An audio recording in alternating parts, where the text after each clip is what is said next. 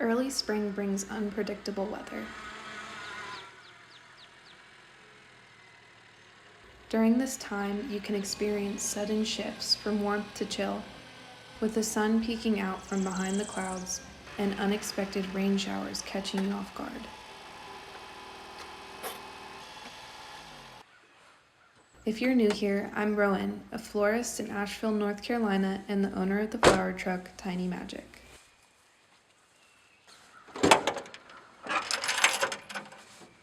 This year, we've started building a regenerative flower farm to stock my truck, and we're sharing candid snapshots of our process.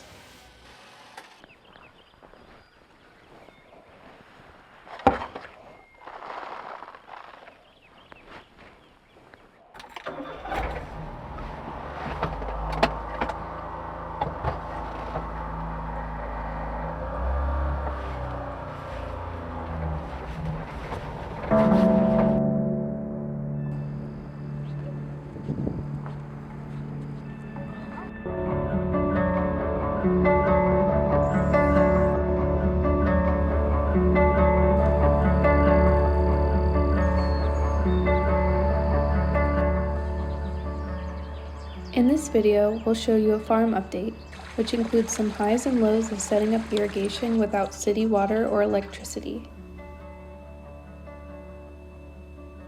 We also share some seed starting tips learned the hard way, and forage some flowering branches before they're gone for another year.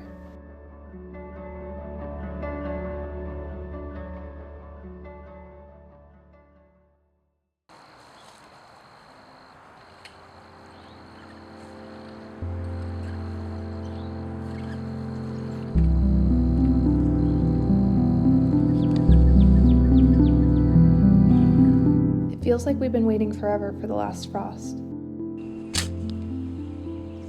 And now that it's here, we have 1,000 things to do all at once.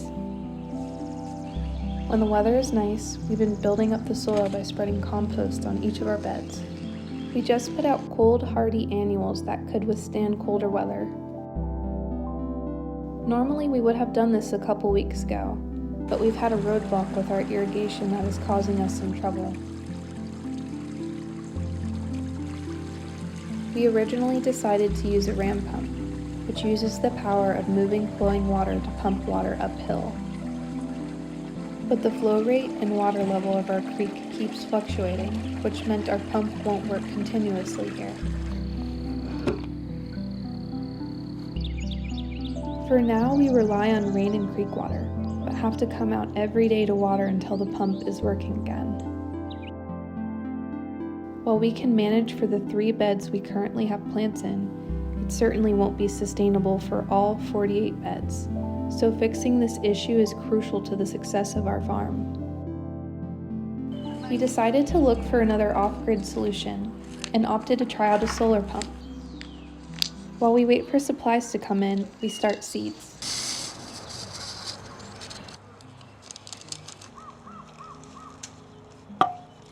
Start with high-quality organic seeds in organic, nutrient-rich soil or seed starting mix. For seeds, I always try to look for smaller farms with growing conditions similar to my own before opting for the bigger seed companies. Timing is crucial. Check the seed packet for guidance and adjust based on your last frost date. If mid-April is your last frost date, consider not putting hardened seedlings out until the beginning of May or later. Keep an eye on the weather forecast in case you need to wait longer to avoid potential frost damage.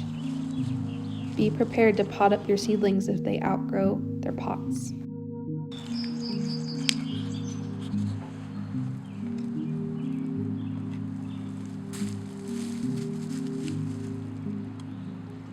Consider using grow lights or sunny windows. If using grow lights, position 3 inches from seedlings and adjust as they grow. This may seem close, but it keeps the plants from growing leggy. You can use a heating mat for some of your seedlings, but make sure to pay attention to the germination temp, as some seeds germinate at lower temps. Using a fan will create good airflow and prevent algae growth. I found that bottom watering is great for keeping soil moist, while reducing surface moisture, which also reduces the chance of algae formation. Keep soil moist but not waterlogged. When seeds are first sown, lightly mist and maintain humidity with clear domes, and then remove once most of the seeds have germinated. Everyone has their own process of seed starting. There are a lot of variables, but stay open to learning about what works for you, and work with what you have. These are the things that I have personally learned the hard way. Hopefully it helps you along the way too. We've started lots of seeds to transplant over at Tiny Meadow, and have been nurturing them, taking care to make sure they are healthy and ready to be transplanted at the farm. But first, we need to be sure that Tiny Meadow is irrigated, so that means our solar pump setup has been the main focus. So we just got everything we need to build the solar pump, including the solar panel, the wires, and the pump. And we're about to install it in the creek to see if it works.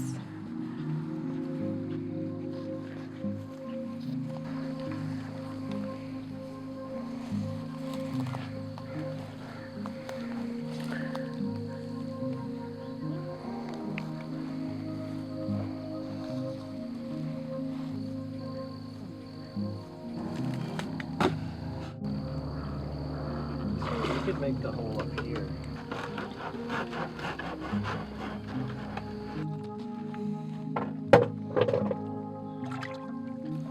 Alright, so I'm gonna put the pump in the jug,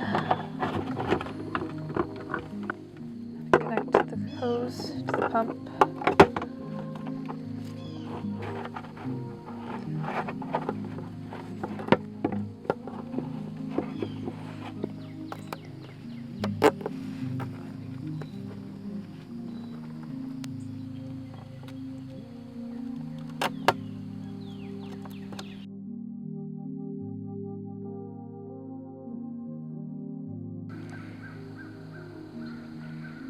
We were able to set up the pump, but it was cloudy so we couldn't see if it was working yet.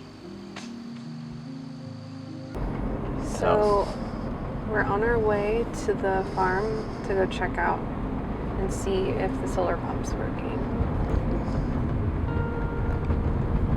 I would say as long as we have it facing the right direction, there's no reason why it shouldn't be working right now.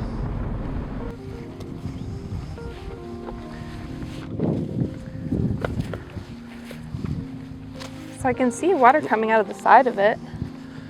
Yeah, that means it's and full. I can hear it. Oh, it's all the way full. Wow. So with this system, we're going to be able to use just the solar panel connected to a little tiny pump in the creek, and it's going to fill up this whole rain barrel consistently nonstop with the overflow going back into the creek. So it's a fully regenerative system that should be able to irrigate half of Tiny Meadow, and eventually we'll be setting up another one of these to irrigate the other half. So this is super exciting, and just so happy that it works.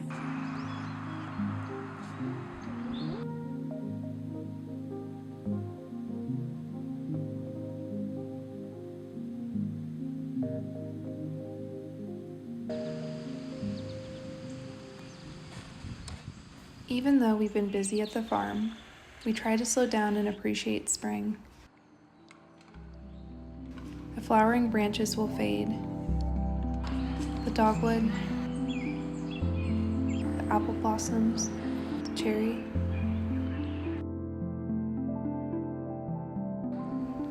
We harvest a branch to enjoy in our home, a practice of bringing in the May.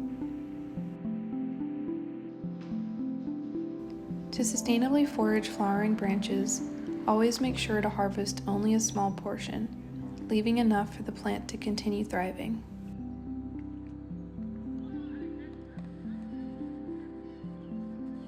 The first spring at Tiny Meadow is already coming to an end, and although things are coming along slower than we planned, we're happy to have our irrigation set up. We're now turning our attention towards getting everything planted quickly so that we can make the most of our first year. If you want to keep up with our progress, be sure to subscribe to our channel for the next update. Thanks for watching.